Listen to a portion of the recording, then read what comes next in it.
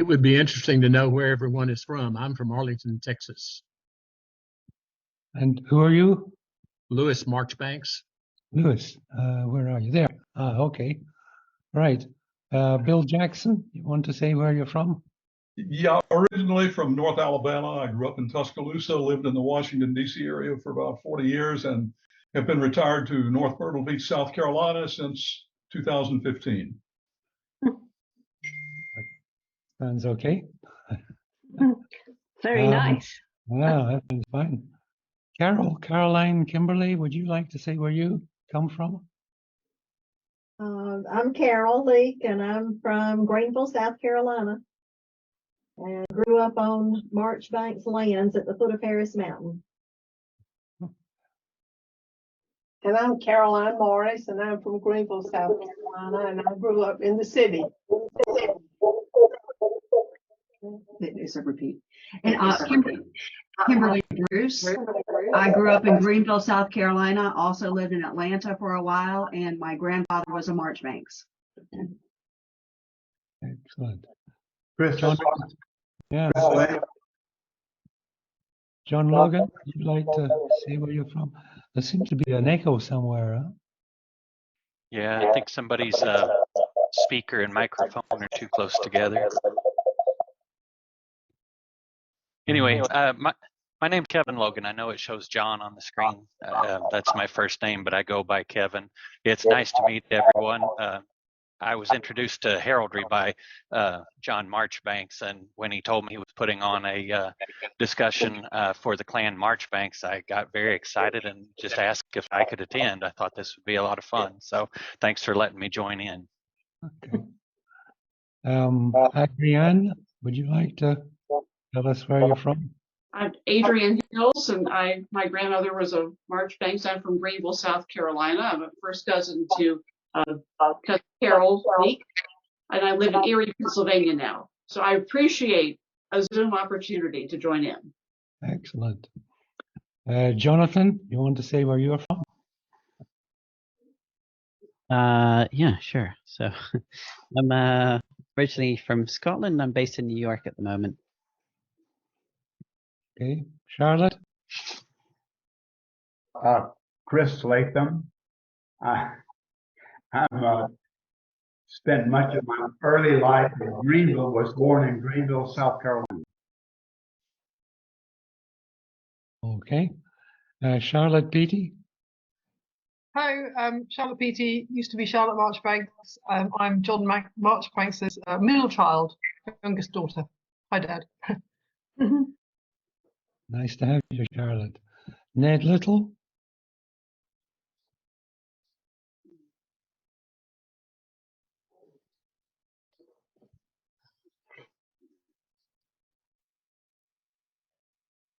Ned Little, can you hear me? No? No.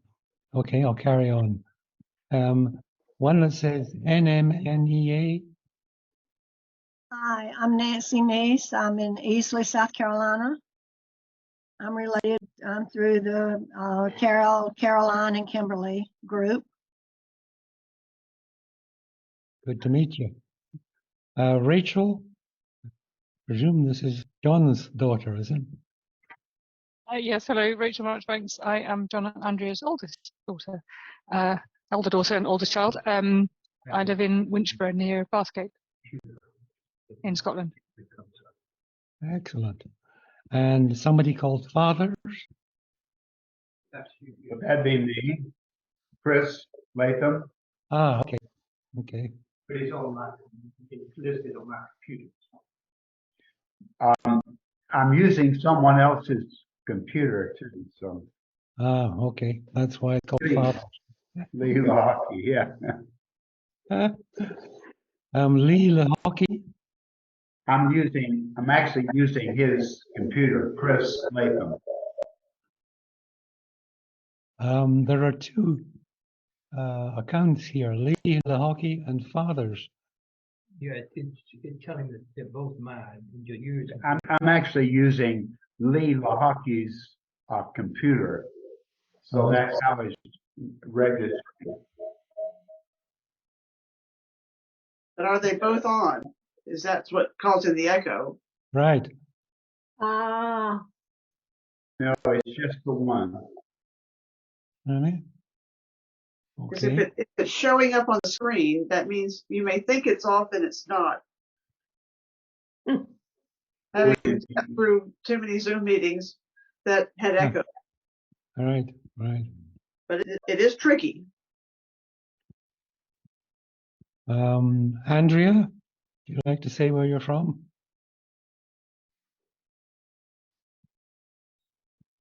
Oh, Andrea is John's wife, so I guess she's somewhere. Lives in England. Huh? Back in a minute. Hey, McDonald, would you like to say where you're from? I'm from Fort Worth, Texas. Okay, excellent. Tricia, you want to say where you're from? Edinburgh at the moment. Excellent. I'm from Edinburgh too. I'm just in a different room. So the only two left are John and Andrew. John, you want to say where you are? Yes, I'm in little town of Axminster in Devon in southwest England. And Andy? Yes, I'm in Greenock in Scotland on the Clyde west of Glasgow. Okay, thank you, everybody. All over the world. Right, Very good. I have apologies from Anna Saul in the UK and Ronald Hart in the USA. Said they were sorry they couldn't be here. I would have liked to have been here. Could I ask you to make a few words of wisdom, Andy, before we start, since you're the chief? Yes, I'm delighted to, to say initially, thank you very much, Stuart, for setting this all up and sending us the details to get onto this Zoom meeting. But mainly a very warm welcome to everybody, and thank you all for making yourselves present this evening and this morning and this afternoon or whatever time it is in your part of the world. I'm delighted to have you all here. And so apart from saying welcome to everybody, I'm going to hand it back to you, Stuart, to chair the meeting. Okay, thanks, Andy. Right. We're about to start the presentation. So if I could ask everybody to mute their microphones. If you have a computer, it should be down on the bottom left-hand side. But if you have a phone or a iPad or something, it might be different. But anyway, if everybody could mute themselves. So just to introduce John, he's the Marjoribanks clan genealogist. John took over from Roger Marjoribanks, our previous genealogist, who sadly died in 2013. John is also the clan Logan genealogist, so he's got a lot of work to do. His paternal grandmother and Patricia's paternal grandmother and Andy's paternal grandmother was a Logan. So obviously that's why he's also interested in the Logan clan. And I'm sure that John will tell you during his presentation, he himself has registered his own coat of arms. So he really is an expert in setting up arms. If you have any questions, could you put them in the chat function of Zoom? And we can, at the end of the presentation, John can go through them and answer them after that. So if that's okay, John, it's all yours. Thank you very much, Stuart. Can I now put on the share screen and bring up my presentation? Should work. If you press share screen, it should come up. Right, share screen. There we are. Share screen. And slideshow. That looks good. Okay, are we ready to go? Yep. Well, welcome to all the members of the Clan Marchbanks Society and guests to this presentation on heraldry with a focus on the Clan Marchbanks. To start us off, I've got a combination of the Clan badge and the Clan tartan, and this very nice drawing was done for me by a chap called Maxwell, who sadly is no longer with us, but he was a very good heraldic artist. Let me move straight on. In 1946, the Reverend Dr. Thomas Marchbanks, my grandfather, the chief's grandfather too, compiled a family history, and that enabled my father in 1962 to petition the Lord Lion King of Arms to be recognized as William Logan Marchbanks of that ilk, Chief of Name and Arms of Marchbanks. In order to get his coat of arms registered with the Lord Lion, he had to prove his descent from his great-great-great-great-grandfather, Thomas Marchbanks, who was alive from 1630 to 1704. And Thomas, in 1673, had registered arms as Marchbanks of Balbardi, representative of Marchbanks of that ilk. And the actual entry in the Lion Register, Volume 1, page 362, is shown below. Don't try and read it. I've got a transcription that'll come on later. A few years after he registered arms, Thomas had his estates in West Calder erected into the Barony of Marchbanks. I've mentioned that it's not directly to do with heraldry, but it does have a heraldic effect. Interestingly, you'll notice that in this entry in the Lion Register, there is some writing in a different hand in the margin and down below the entry there. And it's the marginal note says, original in possession of Alexander M. Esquire, shown at the Lion Office, 9th July 1883. And once that was shown, it showed that the date on the original was 30th of July 1673, so the Lion Clerk has entered that in the record. The interesting thing is that my father told me that he could remember his grandfather recalling a bonfire in the 19th century in which his father, Thomas Marchbanks, had said, well, we've lost all the property, so we might as well burn all the papers. And all the papers, including that one that his elder son Alexander had shown in the Lion Office, went into the bonfire. And that, of course, made it much more difficult for my father to prove that he was the descendant in the 6th or 7th generation of that original Marchbanks who'd registered arms. What he had to do was prepare a petition to the Lord Lion King of Arms.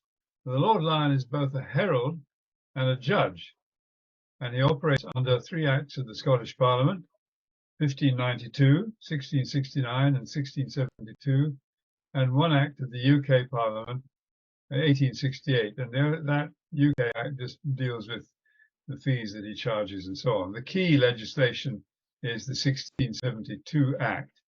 And one of the provisions of that act, it set up a register of all arms and bearings in Scotland, and nobody was allowed to use, and still is not allowed to use, a coat of arms that hasn't been registered in that registry. At the time that my father applied for arms, this was the Lion, Lord Lion St. Thomas Innes of Lerney, in his heraldic tabard. And those of you who know anything about heraldry would be interested in the way this is organized. We have the Royal Arms of Scotland in the 1st and 4th quarters, England in the 2nd and 3rd. When the coat of arms of the United Kingdom is used in England, it has England there and Scotland there. So there's a distinction. Anyway, he sits as both a herald and a judge. This is the present Lord Lion, and he is a judge under the law of Scotland, and he sits in a court when petitions are received. Now, when my dad put in his petition, the Lion Court sat in Parliament Hall on the 14th of September 1962 to consider 3 petitions, the last of which was that of our 18th chief, William Marjoribanks of that ilk. And this shows the report that appeared in the Scotsman the following day. I might read you a little bit of that report for interest. It says, the public seats and gallery were packed with spectators, including Charles, Prince of Schwarzenberg in Austria, Prince Antoine of Bourbon and the 2 Sicilies, European counts and barons and Scottish lairds, and people drawn by a love of pageantry. They got their fill. A minute or two after 11 o'clock, the members of the court entered with much dignity and more than a touch of medieval splendour. The Lord Lion King of Arms, Sir Thomas Innes of Lanny, wearing over his heraldic uniform a magnificent crimson robe with a judicial wig on his head, followed by his 2 assessors, Lord High Constable of Scotland, the Countess of Errol, also wearing a crimson robe with a very long train and carrying her baton of office, and the Duke of Hamilton appearing as Earl of Angus and wearing an Earl's robe. These 2 assessors are the premier peers of Scotland and sit as such in the court. Each assessor was attended by a page holding up the train of his robe. The pages were the younger sons of the Duke of Hamilton. So you can imagine that my dad must have felt, gosh, this is a bit special. I hope my petition is all right. In the well of the court sat Lieutenant Colonel H.A.V. Lawson, Rothsey Herald and Lion Clark, Sir Ian Crief of that ilk, Albany Herald, Mr. Don Pottinger, Unicorn Pursuivant, and Mr. Charles Jauncey, Kintyre Pursuivant. And they all appeared in their herald's dress with their magnificent tabards. And the reporter notes it would have been a wonderful occasion for colour TV, but photographs of any description were barred, so we have no record of what it looked like other than this report. They received 3 petitions on that day. The first, for 3 different naval badges, was from the Admiralty.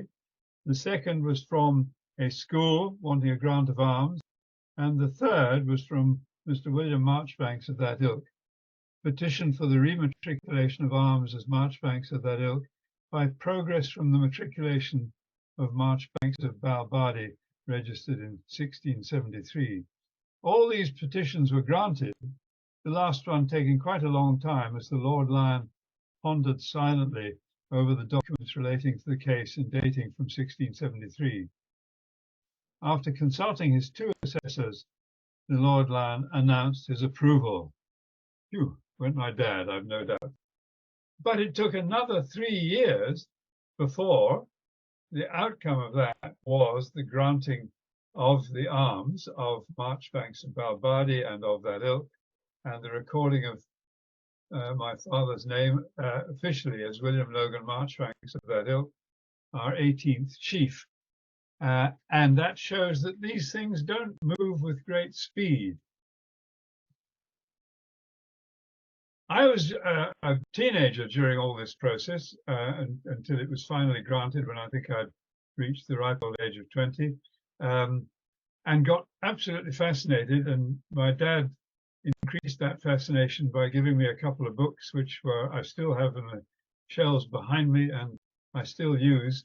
Scots Heraldry by Sir Thomas Innes of Lanny and Simple Heraldry by Ian Crief of that ilk and Don Pottinger. 3 of the people that were involved in the court that heard our 18th chief's case.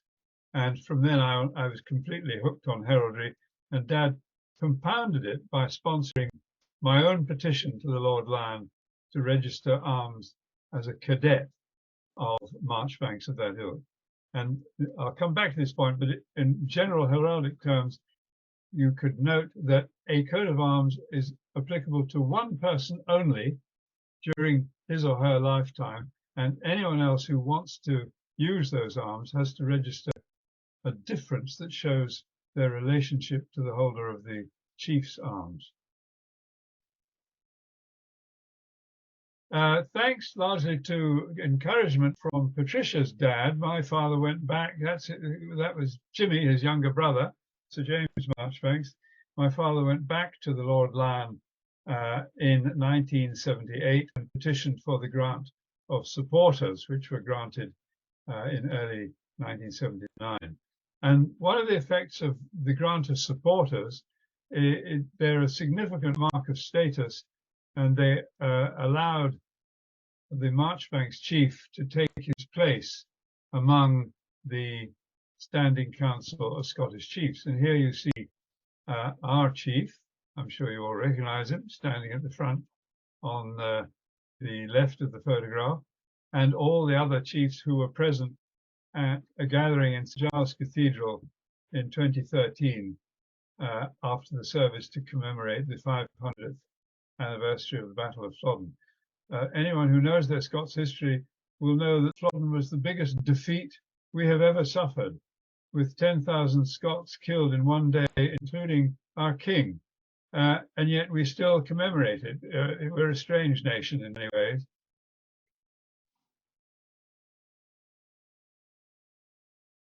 I wanted to give you an illustration of the, if you like, seriousness of coats of arms. These are the heraldic authorities of the English-speaking world. And in pole position, I've put the Lord Lion King of Arms, who deals with all petitions for arms from Scotland and from people who claim descent from a resident in Scotland. We have the College of Arms based in London, which deals with arms in England, Wales, Northern Ireland, Australia, and New Zealand. We have the Canadian Heraldic Authority, which deals with the grants of arms in Canada. And we have the Bureau of Heraldry of South Africa. And finally, there's the American College of Heraldry. You may think I'm demeaning American College of Heraldry by putting it in the bottom right position, but it is the only one of these 5 bodies that isn't a body set up under the laws of the country.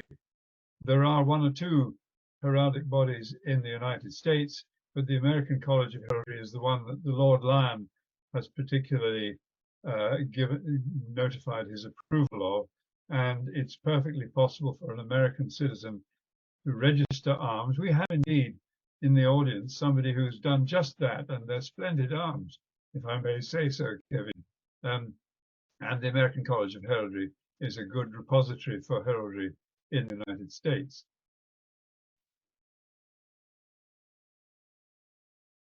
Using our chief's arms as an example, I just wanted to show you the difference between a blazon and the process of making an emblazon. You take the blazon, which is the written description of the arms, and then you draw it, and that's the emblazon. So these pictures are the emblazoned arms, and you'll see that they look very different. But in fact, heraldically, they're both correct. And this is the description. Argent, a mullet gules on a chief sable, a cushion or. What gobbledygook, you might say, but it's actually very good technical jargon. Argent means that the main shield is silver, argent, or it's always represented as white. A mullet is the heraldic word for a 5-pointed star. Gules is the word heralds use for red. A chief is the top 1/3 of the overall shield, and sable is black, understandably, and a cushion is exactly what it is, and or is the color. So argent, a mullet gules on a chief sable, a cushion or, a wonderfully simple coat of arms, and any herald anywhere in the world would recognize that and could draw it for you immediately. But the shield is only part of the achievement. The whole thing is called an armorial achievement. And here we have above the shield is placed a helmet befitting his degree with a mantling, there's the helmet, with a mantling gules doubled argent. That means it's a red mantle hanging down the back of the helmet, and the inside of the mantle is silver or white. And then a crest coronet of 4 strawberry leaves thereon, strawberries or, and this is it. You can only see 2 and 2 halves of them. You could assume the other strawberry leaf is behind the griffin there. But this is interesting because very few families have their crest coming out of a crest coronet, and it's a mark of the fact that the barony of Marjoribanks, created in 1696, was held directly from the king for the payment of, I think, 1 silver spur, if asked only, per annum. And as a tenant-in-chief of the king, Lion granted this coronet of strawberry leaves. It's sometimes known as a ducal coronet, but I can assure you our chief is not a duke. That being a chief is surely enough, I think, anyway. And issuant therefrom, the crest, a demi-griffin proper. Proper means in its true colours, or au naturel, if you like. But as somebody said to me once, who knows what colour a griffin was? It never existed. It's a mythical beast. Anyway, convention is normally that it's drawn roughly the colour of an eagle. But the difference from an eagle is that it has a lion's body. You can see the lion's tail peeking out there. This one doesn't have a lion's tail. And it has ears, which most birds don't show so prominently. So that's the heraldic griffin. And you can see all the details described in the crest, so in the coat of arms and achievements so far are all here. And we also have on a compartment below the shield, now this is the compartment. In this one, it's a marble floor. In this one, it's a grassy mound. And there's no definition. You can make a compartment whatever you like, a wildflower meadow or a little pine forest. It's up to the artist. And this one has thought it fit, probably quite fittingly, to pose these two gentlemen on a marble floor. And now here we come to a little heraldic twist. The supporters, Dexter, a man garbed in the robes of a doctor of divinity in the Church of Scotland of the 19th century. Now Dexter, those who know any Latin, would know his meaning it's on the right-hand side, but surely the minister's on the left here. Well, in heraldry, you always refer to things as if you are the knight behind the shield. So if you imagine yourself standing behind that shield, the minister would be on your right. So that's why he's called Dexter. And Sinister, on the left, a man garbed in the robes of a writer to the signet of the 18th century, both proper. Now, the two different heraldic artists have a very different idea of what is proper for their dress. I'm afraid I don't know which is correct, but both of them you could get away with, I think. And the reason for these supporters is they're supposed to represent people or things that have supported the family. And in this case, the profession of our ancestors in the 18th century was all as lawyers. So there they are in their lawyers' guards. And in the 19th century, the main profession was of ministers of the Church of Scotland. There were 3 or 4 generations of them. So there we have the profession of the ministry and the profession of the law supporting the chief's coat of arms. A little word about differencing and cadency. I spoke about this before, that a coat of arms is individual to one person, and to show the difference, in my case, this is my coat of arms. Again, a difference is this red border called a bordure gules all around the basic coat. So that shows that I am a younger son, or descended from a younger son of the chief. And it clearly distinguishes me from the chief. And that's what's called a difference. Change is made to show a particular individual. The mark of cadency, that's the cadency, to show the relationship with the chief. And the difference in this case, because my granny was a Logan, Lion saw fit to make the griffin hold in its claws a passion nail. And the passion nail features in the Logan coat of arms. So that's why I've got a passion nail. And the chap who drew this coat of arms for me, he was the one who said, well, who knows what colour a griffin's it was, because it never existed. I think they look much nicer if they're golden. So he gave me a golden griffin. And I must say, I agree. I think it looks rather nice as a golden griffin. But heraldry does have that kind of leeway as long as your coat of arms sticks to the original blazon. Now, to Marchbanks' coat of arms.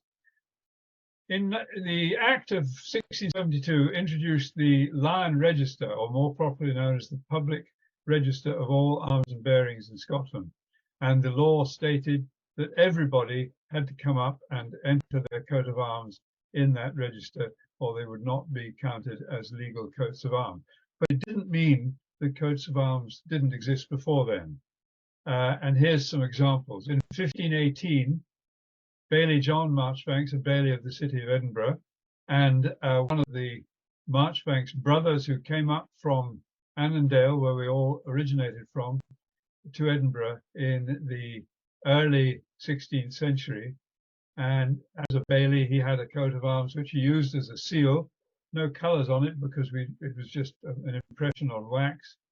And one of his brothers, Thomas Marchbanks of Ratho, is probably the most prominent of all, who was clerk of the register to Mary Queen of Scots, sitting as Lord Ratho, and he sealed lots of deeds. I've actually held one of his seals in my hands in Register House in Edinburgh. You can go and have a look at them there.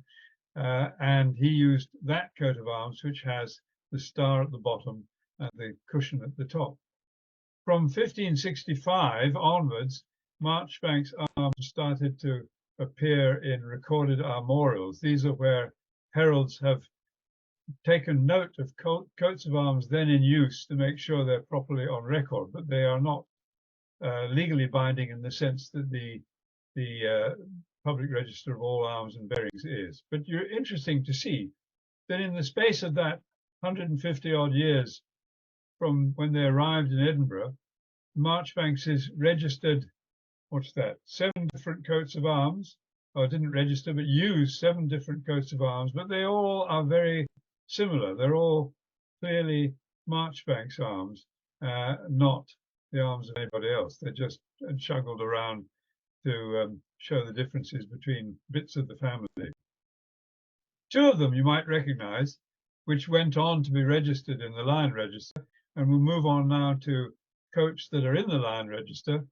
And here again, I don't expect you to read this, but interestingly, on the same page as Thomas Marchbanks of Balbardy, registered as Marchbanks of that ilk, his distant cousin, Joseph Marchbanks of Lucy, registered arms at different arms at the same time.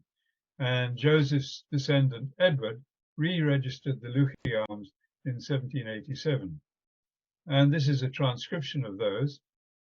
The one from which the chief's arms stem, Thomas Marchbanks of Balbardy, represent and here's interesting, we had misspellings even in official documents 350 years ago. Representative of Marjoribanks of that ilk, bears argent a mallet gules on the chief's sable, a cushion or, and so on, which we've gone through before. Joseph Marchbanks of Lucy bears argent on a chief gules, a cushion betwixt 2 spur rows of the field. That means argent. Above the shield, blah, blah, blah. A lion's paw grasping a lance, advance with courage. Now, in 1819, Edward Marchbanks' arms were re-registered by Sir John Marchbanks of Lees, who was the son of Edward and who had inherited the estate of Lees in Berwickshire and had been made a baronet. And you can see that he's been granted supporters because of his baronetcy. And this little badge in the middle of the arms is the red hand, which is a mark of baronetcies granted in United Kingdom or England. Nova Scotia barons, that's the ones, most of the Scottish ones bear a different badge. So obviously Sir John got the British one rather than the Scottish one. But since 1979, when supporters were granted to our chief's father, William, there have been no Marchbanks entries in the Lion Register. And I think it would be lovely if some other members of the family took the trouble and effort of registering arms. If you look at that previous slide, there's quite a range of arms you can derive your arms from, and we could get other. Some clans, like the Macphersons or the Campbells, have literally dozens of coats of arms in the register. Now, here's a little question for you. Where did the Marjoribanks arms come from? Why did they choose that design of a star and a cushion like that? Now, interestingly enough, the first visual recording of Marjoribanks arms in a coloured register is this one, which shows that the star was red on a white background as now, but previously the chief was red with a white cushion on it. And Lord Johnston in the Scots Roll in 1490, that's 75 years before then, also had a white shield with red stuff on it and white cushions. Now, there is a book written by Sir George Mackenzie of Rose Hoch called The Science of Heraldry, and on page 2 of that book, he says, and the Marjoribanks bear the cushion to show that they were Johnston's originally. And there is no doubt that the first person to take up the name Marjoribanks was one of the Johnston clan who acquired the lands of Marjoribanks and took the name from his new estate holding. And you can see that the arms that Johnston registered in the Lion Register, Chief of Johnston, are now the same colours as the Marjoribanks registered. So what created the change in colours, I'm not entirely sure, but we seem to have followed suit and followed the Johnston colours in our coat of arms. And a little digression, those are the colours that were used in the design of our tartan, the predominantly red with white and yellow stripes and some black stripes too. And that's where the colours of the tartan come from. So where did the cushion come from? I gave a talk, must be 10 years ago now, to a heraldry symposium looking at the cushion in Scots arms.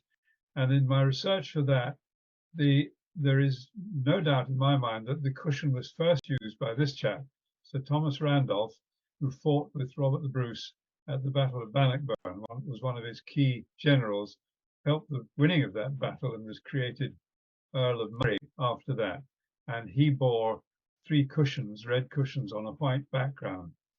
And a mark of his approval by the monarch was the granting of this so-called royal tressure, the double tressure that goes round the coat of arms. But Sir Thomas Randolph was the son of an immigrant from England who was a younger son of the Lords Greystoke in Cumbria.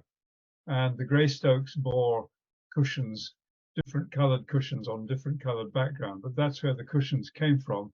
That was the first time they came to Scots heraldry. And having a look now briefly at where Marjoribanks arms might be going to. Here you have on the left, or should I say Dexter, if I'm a herald, the Bathgate New Academy, registered in the Lion Register in volume 45. And do you notice anything similar here? They have made up a coat of arms incorporating elements of Hamilton, that's the five-flower thing known as a phrase, Marjoribanks, and the checky background is Stuart, and these are representing Marjorie Stuart, who was she married Stuart, Robert II it was, King of Scots, and Hamilton, she had the barony of Bathgate, so did Hamilton, and so latterly did the Marjoribanks. So this is a composite arms made up to represent the holders of the barony of Bathgate, and on the right is the borough arms of the Bathgate borough itself. And here we have the coat of arms of a Thistle Lodge in the Order of Freemasons in Scotland. Thistle Lodge number 270 in West Calder. West Calder was where the Marjoribanks barony of 1696 was set up, and you see they have incorporated the Marjoribanks arms as the third quarter of the Dexter side of their coat of arms there. So it's interesting to see Marjoribanks getting used by others, but in a very muted form. And how have we used the Marjoribanks arms ourselves? This first stone is it's actually lying on the ground at the moment in the grounds of Ashley Ainsley Hospital in Edinburgh, and it shows the arms of on the dexter side, that's the left as you look at it, Thomas Marjoribanks of that ilk, and on the right his wife Mary Douglas of Long Nidri. Now this Thomas Marjoribanks was the grandson of Thomas Marjoribanks, the Lord Clerk Register to Mary Queen of Scots. And it shows that he was using these arms, much as we have them now, by the time of his marriage and moving into a house now demolished with his new wife, Mary Douglas of Long Nidri. This house, the second stone, is still standing. It was on the market a few years ago, and I went just for fun and got the sales particulars. It's a large mansion built in about 1590, but this stone was added in 1611 when the house was bought by Joseph Marjoribanks, first cousin of the Thomas above, and he was still at that time using the same arms as his cousin. But he is the ancestor of the Marjoribankses of Luchi, who are in turn the ancestors of the Marjoribankses of Leeds. But it was very common at that period, if you were a man of substance and you married into a family of substance, to put the coats of arms together over the door of your house. Moving on a few years, we move into the 18th century, and here we have a picture of our 11th chief, another Andrew Marjoribanks of that ilk, and he had these book plates engraved and printed in the 1760s, and he had some left over that never entered in books, and my dad had an envelope, which I think the chief has, but Dad kindly slipped one of them out and gave it to me.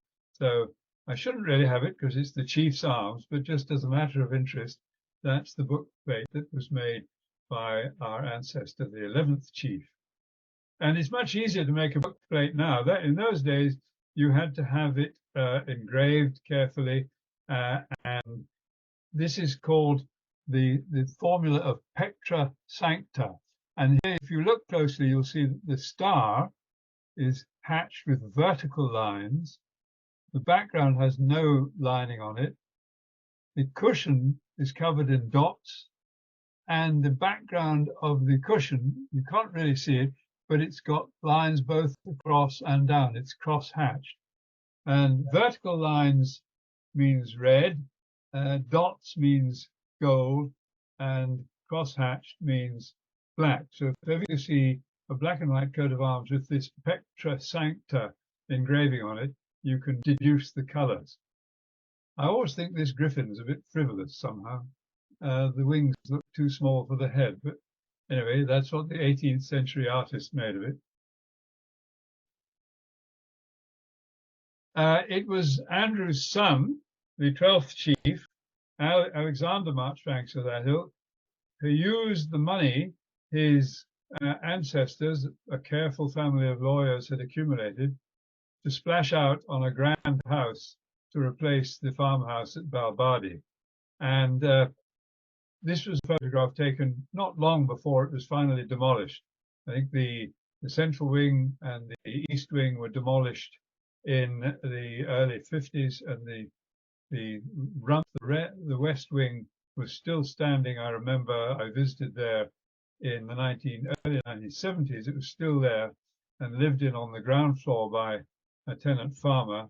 The top floor was empty. He let me have an explore around, and I pinched a brass doorknob, which I've still got as a relic of the old home. Anyway, the point about it in heraldry is, in the fashion of the day, it had a Greek-style pediment on Corinthian pilasters, and in the pediment was the coat of arms. When I visited it with my Uncle George and Dad in the 50s, this had all been digged down by that time, and the coat of arms was lying against the fence in the long grass over here somewhere, a great big slab of stone with the Marjoribanks arms on it. What became of it, I know not, but it graced the front of the house. The house was built in 1793, finished by, well, within less than 200 years, it was knocked down again. So it didn't have a very long history. These are a couple of the things that were made for use in Balvardy House, and it was very common for families to decorate their silverware with the family crest.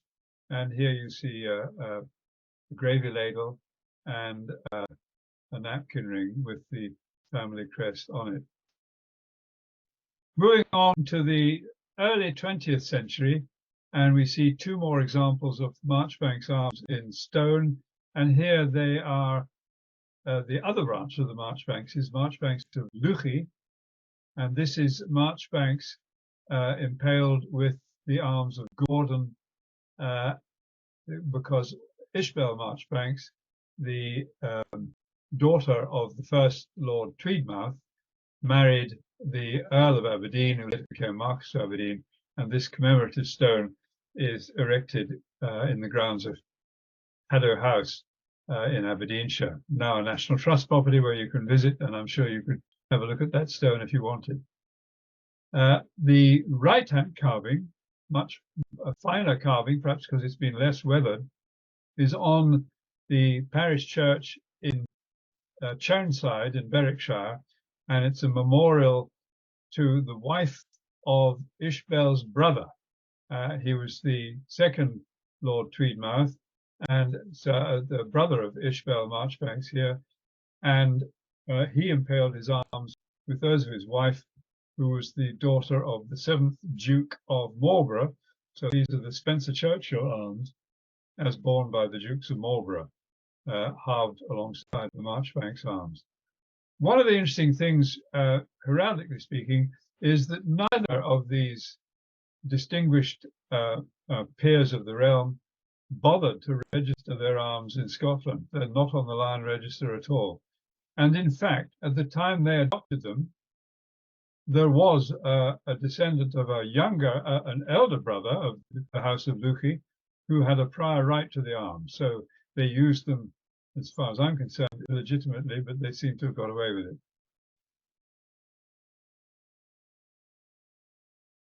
And here we see the Marjoribanks arms used as a flag. Stuart indicated that Roger Marjoribanks, our previous and much more proficient clan historian and genealogist, sadly died in 2013. One of the last things that he did was arrange for the Marjoribanks burial isle, which is burial isle for the Marjoribanks of Luchi, to be refurbished and restored. It's in Coldstream in Berwickshire, and we flew the chief's flag because the chief was present there at the dedication of the memorial to Roger at his burial. If you look in the background, just ringing it there, see a little thing pointing up into the sky beside that lamppost.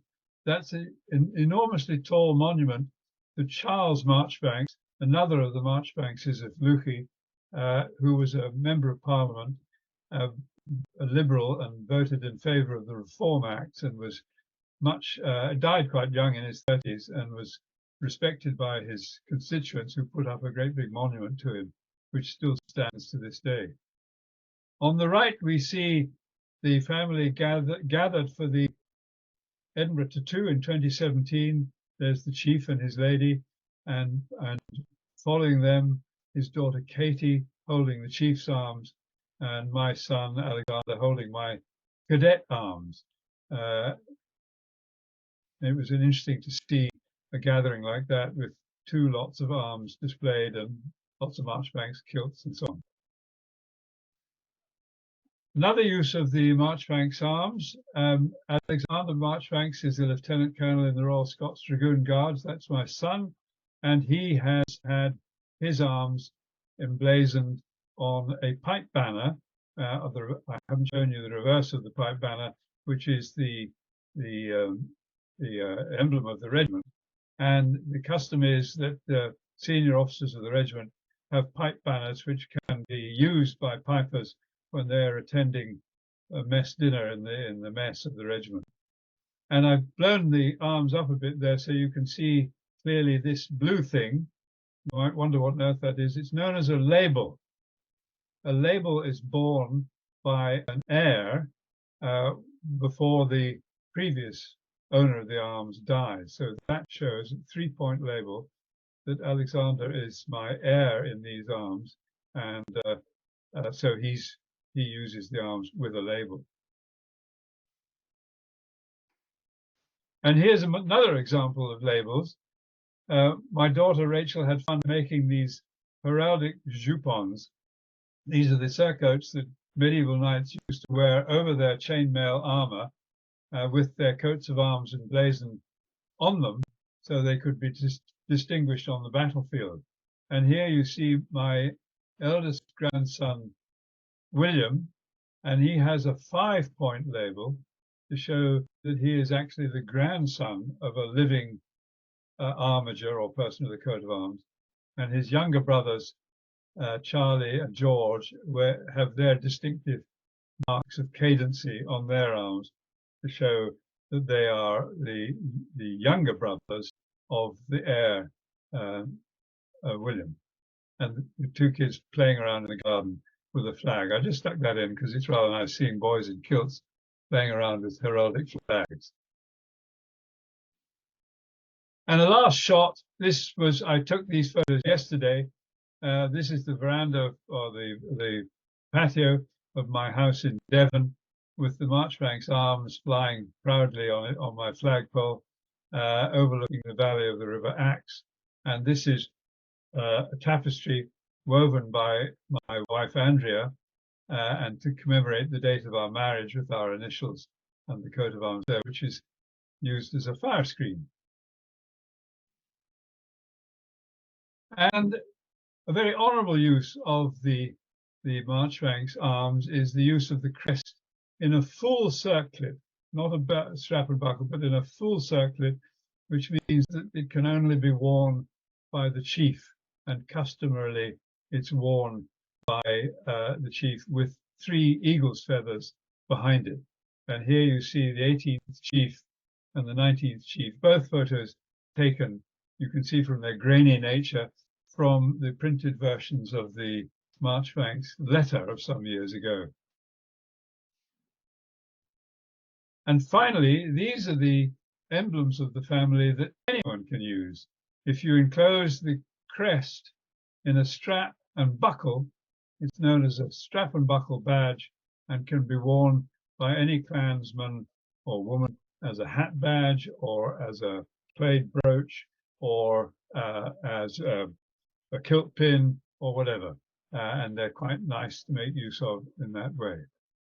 So there we are. That's heraldry.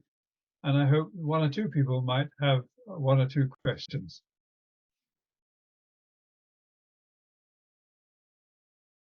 Thank you very much, John.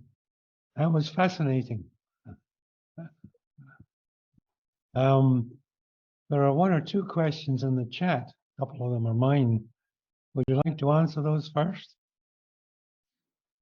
Oh yeah, here's one. When there is a crown or coronet on an armorial, isn't it customarily shown atop a helmet facing forward?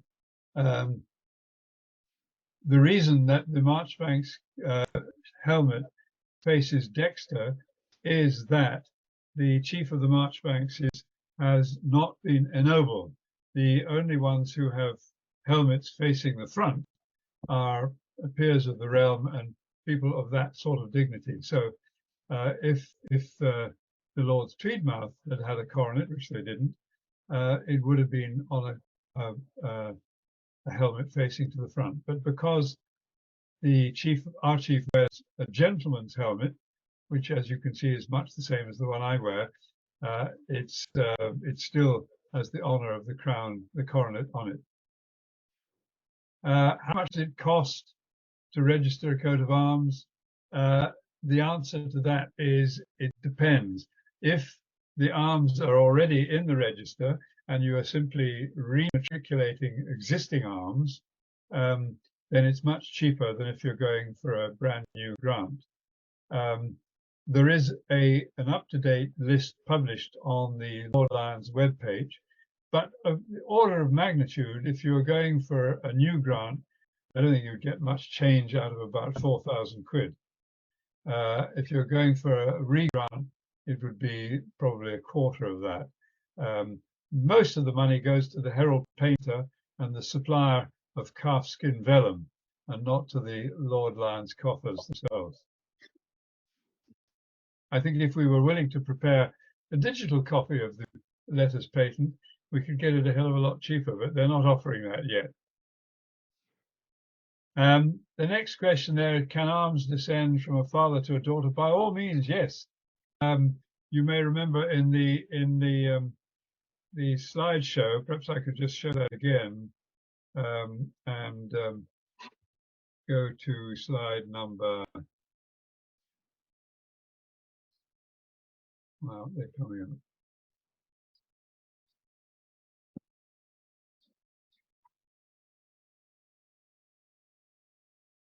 Oh, sorry, I forgot to share screen. But anyway, let me put share screen up and open that one and go back to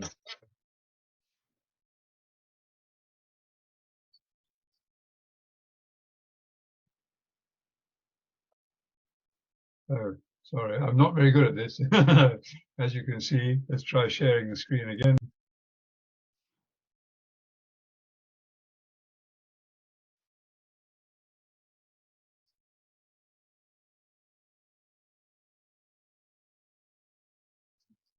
Yeah, if I go to slideshow and I just zip through a few slides.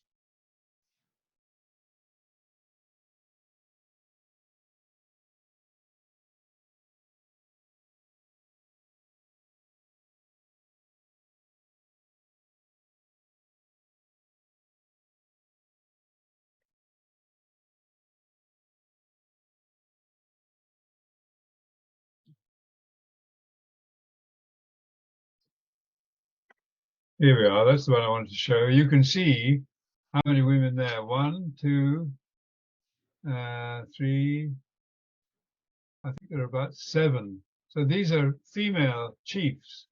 So the answer is certainly yes. The coat of arms can descend to a daughter. The clear stipulation is that that daughter has to bear the name of the coat of arms. So in our case, the arms would go to Katie, as long as she maintained and retained and used the name of Marjoribanks. That's the only requirement. There are what you call heirs of line. Katie's the heir of line. Heirs male, in that case would be Katie's uncle, which is me, or heirs of entail, which would be people who hold the ancestral estate, which in our case is nobody. So the heir of line takes precedence in terms of inheritance.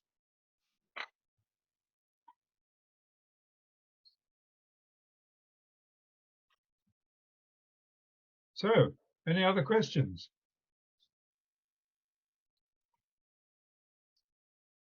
Just a word on that. You were mentioning about my daughter Katie. She works in the railway industry, as you know, and she's been in it for a long time now.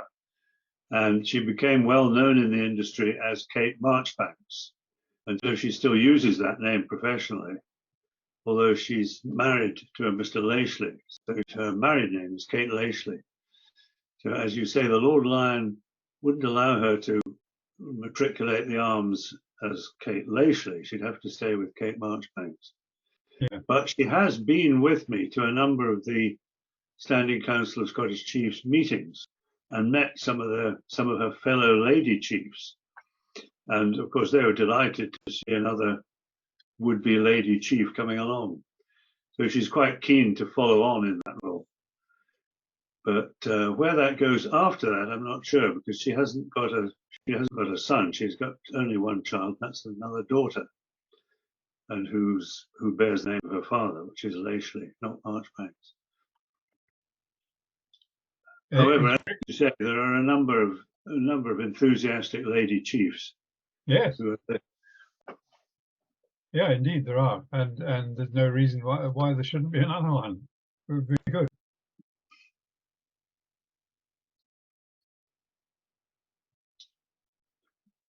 I must say that was a fascinating talk, Johnny. Well done. All right, that was great. Thank you very much. Good. You said that somebody had registered arms in America in the group here. Is that the Logan? Yes, if you look at there you are, Kevin Logan's backdrop features his coat of arms. Isn't that lovely? Perhaps you'd like to tell us something about it.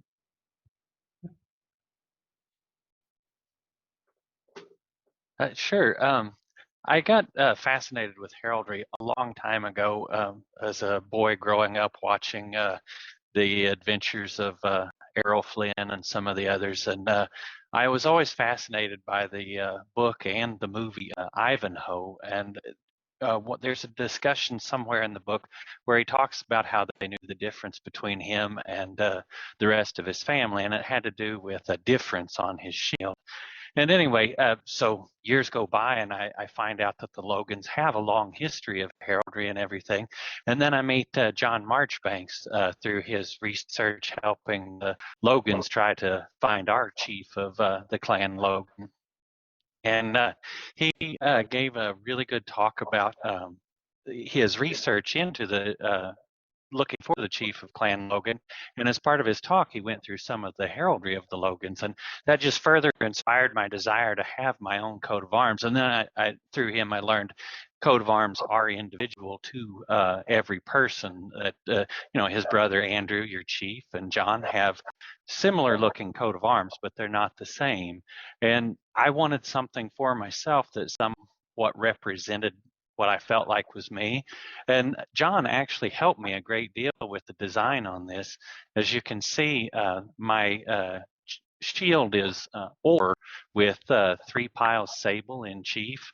And John indicated to me that that was a well-recognized symbology for the Logan family. And if you look back deep into our history, into the 1200s, 1300s, most of the recorded seals, there's not really registered arms, but they're recorded seals. They are or with 3 piles. Sometimes they're sable, sometimes they're red. And so I chose the sable, which is a more typical color. And then you can see on it, there's a red wyvern, which is a dragon that only has the 2 front legs. I suppose some of you may know the difference between a wyvern and a dragon with 4 legs. But anyway, I felt like this was a good representation of me. And then because the Logans are allowed to have part of the Bruce displayed on their arms, and that goes back to a story of bravery, if you will, of 2 Logan knights accompanying Sir Douglas on the quest to take Robert the Bruce's heart back to the Holy Land. It was an ill-fated quest, and they wound up dying, but in honor of their bravery, we wear the heart of Robert the Bruce on our shield. At least our last chief did. So I adopted that into my coat of arms, and then you'll see an heraldic rose in the dexter claw of the wyvern, and that represents where I live here in the United States. I've lived in so many different areas of the U.S., but until recently, until this last place that I've moved to in Michigan, I never really felt like I had a home. And my property here, when I first moved in, was covered with rosebriar everywhere on the place. And so because that rosebriar kind of came to represent my home, I placed that on my shield as well. And you can see the number of petals on there represent my wife and my 4 children.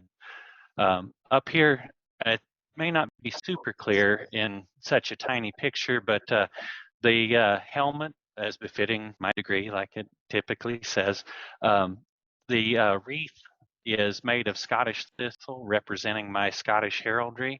And then there is a bald eagle that is my crest, which represents my American ancestry. And then because of John's difference in his coat of arms, it inspired me to add a passion nail into the claw of my eagle, and that's a knot of gratitude and kinship that I've come to feel with John Marjoribanks over the several years that I've known him, and with all the help that he's given the clan Logan. I thought it was fitting that in some way we represent an attachment to him in honor of all the work that he's done trying to help us find the clan chief. So that's a lengthy breakdown, but that's the nuts and bolts of my armorial. And where did you register it? It's registered with the American College of Heraldry. That's the one that John showed in the bottom right-hand corner of the screen when he was talking about it. People have asked me why I didn't register mine in Scotland, and while I might have been able to, I haven't been able to specifically bridge the divide from when my family came to the United States and when they left either Scotland or Ireland. I don't know which. I'm assuming it was when they left Scotland. I've seen no indication that they actually passed through Ireland on the way here, but because I can't really show that I'm descended from someone from Scotland, at least not at this point. There's lots of family stories about it, and I bear the surname Logan, which is very commonly known as a Scottish surname. I felt it more appropriate for now to register with the country that I was born in, that I live in. So I did a lot of research, and the American College of Heraldry has been in existence actually longer than the Canadian Registrar of Arms. So I went with them, and then when I mentioned it to John, he's like, "Oh yes, I'm familiar with them." And the Lord Lyon actually wrote the foreword to a recently published book by the American College of Heraldry. So even though they're not recognized by the government, because our government doesn't have any ruling body over armorial bearings, the American College of Heraldry is an excellent place to register it and give yourself some sort of defense should somebody try to abscond with your personal coat of arms. Thank you very much, Kevin. Sure. I think that's a tremendous encouragement to all our American members that to register some Marjoribanks arms with the American College of Heraldry. Yeah, and if there's any questions, you can reach out to me by email or through John, whichever, and I can help guide you to the right people at the American College of Heraldry and talk you through the process I went through. The arms that I registered, that was at least 2 years worth of development just in my own head, let alone how long it took to actually have them drawn up and everything.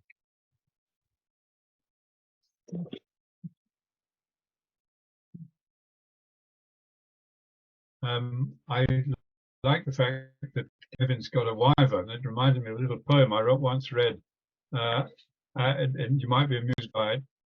It's true, I once dated a griffin, paix dansant, preceded by tiffin. Her lissom physique turned mes genoux quite weak, my resolve notwithstanding did stiffen. I fell for the aquiline beak, and that plumage, soft, silky smooth, sleek. Her leonine torso enthralled me the more so. I, dumbstruck with love, could not speak. She sighed, a tear crept from her eye. I'd better come clean, hadn't I? Down there's been rearranged. Now before things were changed, I was Ivan the wyvern from Y.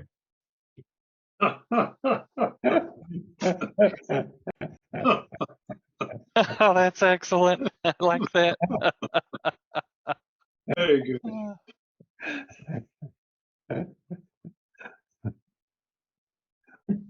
I thought I saw.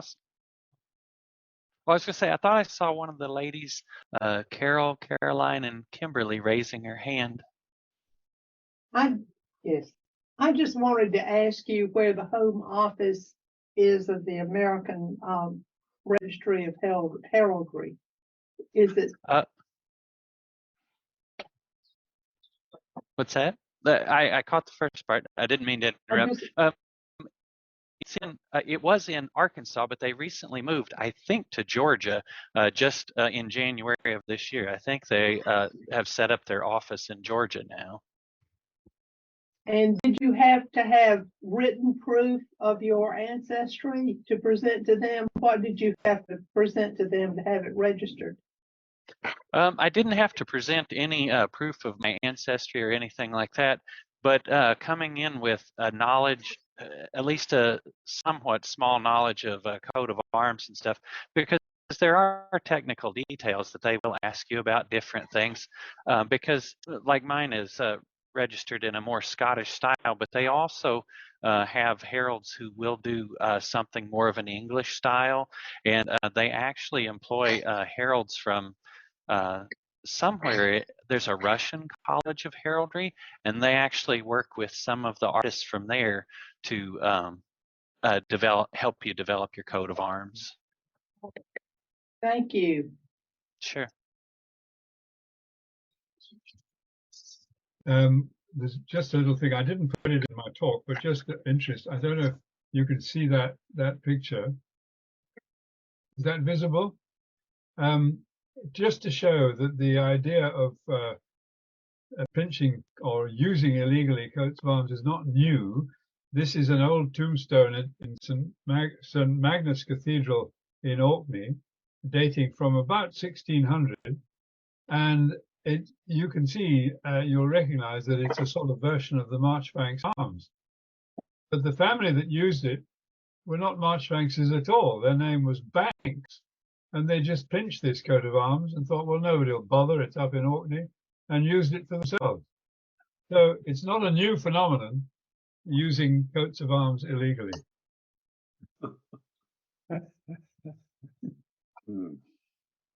So, but there isn't any fine or anything. Don't get put in prison for using somebody else's arms. You can certainly anything that you put the arms on can be impounded by the fiscal. There is a procurator fiscal attached to the Lands Office, and the arms would eventually the property would be given to the actual legitimate owner of the arms. So if you have very expensive silverware and you put a crest on it that isn't yours, watch out. They might come and take it off you. Or if you put it in your house. Yes, exactly. Yes, So more likely you just get told by the lion to remove it. I was going to say that I was at a wedding at Stirling Castle some years ago, and the daughter of a friend of ours was marrying an American, and there were a lot of American guests at the wedding. And in the castle, I was wearing my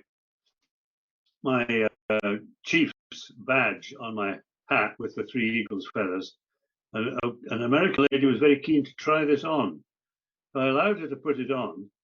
And I said, now, of course, you do realize that you're wearing my crest, and therefore you become my property. And her husband was most amused at this.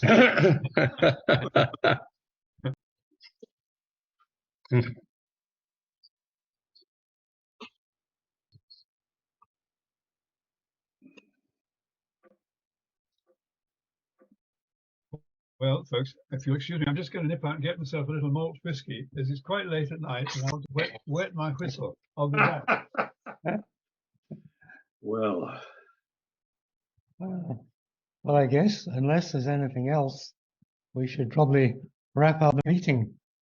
Unless there's other comments on Marjoribanks in general, or not just heraldry, that anyone wants to bring up. I did want to know if this is going to be available on YouTube or the website, the recording of this. This is Kimberly. Jonathan, could you answer that? Yeah, sure, if you like. Yeah, we can make sure that happens. Thank you. Thank you. Behind you are. Slides, John. Well, thank you very much, Stuart. Thank you very much indeed for setting up the meeting. Indeed. The only thing I want to say is that our next meeting, of course, is the annual general meeting on Sunday, the 15th of October.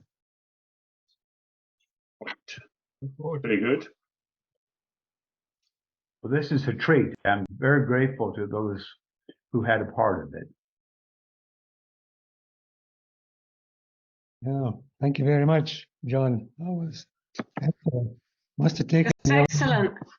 Yeah, a lot of research. Right. Fantastic. It was a wonderful presentation, and thank you so very much.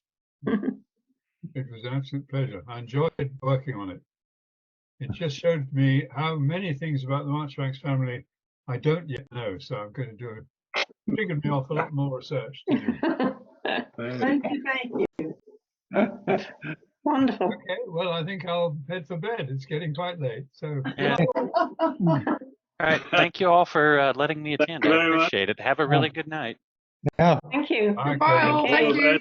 Night, John. Bye. Everybody. Bye. Thanks. Bye. Bye. bye. Bye.